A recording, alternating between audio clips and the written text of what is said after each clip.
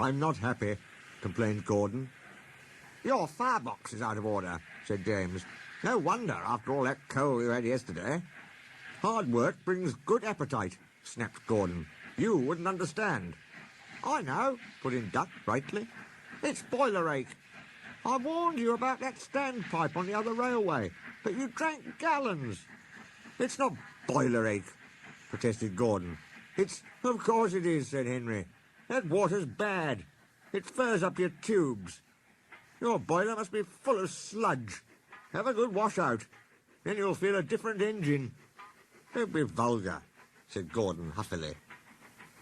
Gordon backed down on his train, hissing mournfully. Cheer up, Gordon, said the Fat Controller. I can't, sir. The others say I've got boiler ache, but I haven't, sir. I keep thinking about the dreadful state of the world, sir. Is it true, sir, what the diesels say? What do they say?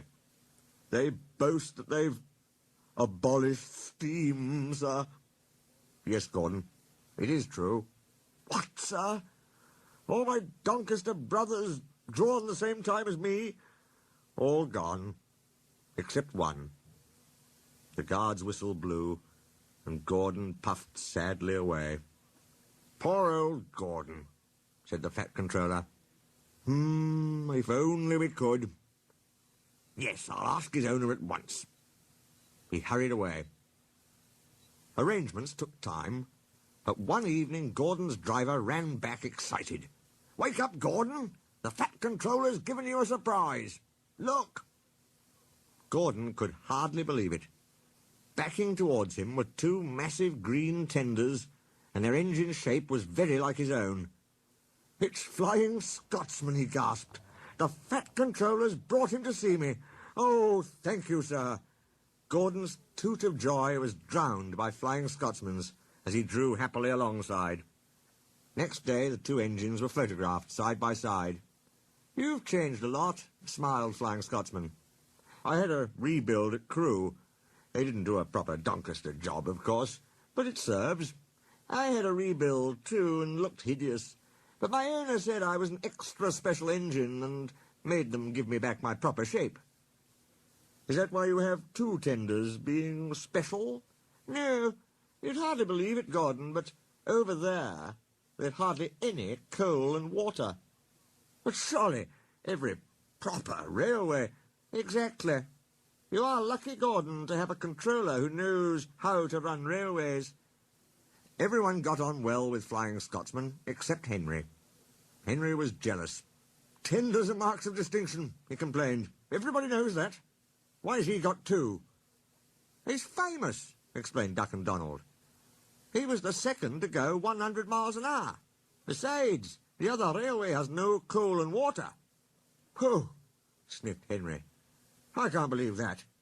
I never boast, he continued, but I always work hard enough for two. I deserve another tender for that. Duck whispered something to Donald. Henry, asked Duck innocently, would you like my tenders? Yours? Exclaimed Henry. What have you got to do with tenders? All right, said Duck. The deal's off. Would you like 'em, Donald? I wouldn't deprive you of the honour. It is a great honour, said Duck thoughtfully, but I'm only a tank engine, so I don't really understand tenders. Perhaps James might... sorry I was rude, said Henry hastily. How many tenders have you, and when could I have them? 6. You can have them this evening. 6 lovely tenders, chortled Henry. What a splendid sight I'll be. That will show the others the sort of engine I am. Henry was excited. Do you think it'll be all right? He asked for the umpteenth time. Of course, said Duck. Just go where I told you, and they'll be ready. Meanwhile, word had gone round, and the others waited where they could get a good view.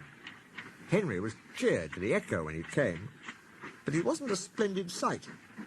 He had 6 tenders, true, but they were very old and very dirty. All were filled with boiler sludge. Had a good wash out, Henry? Called a voice. That's right. You feel a different engine now. Henry wasn't sure, but he thought the voice was Gordon's.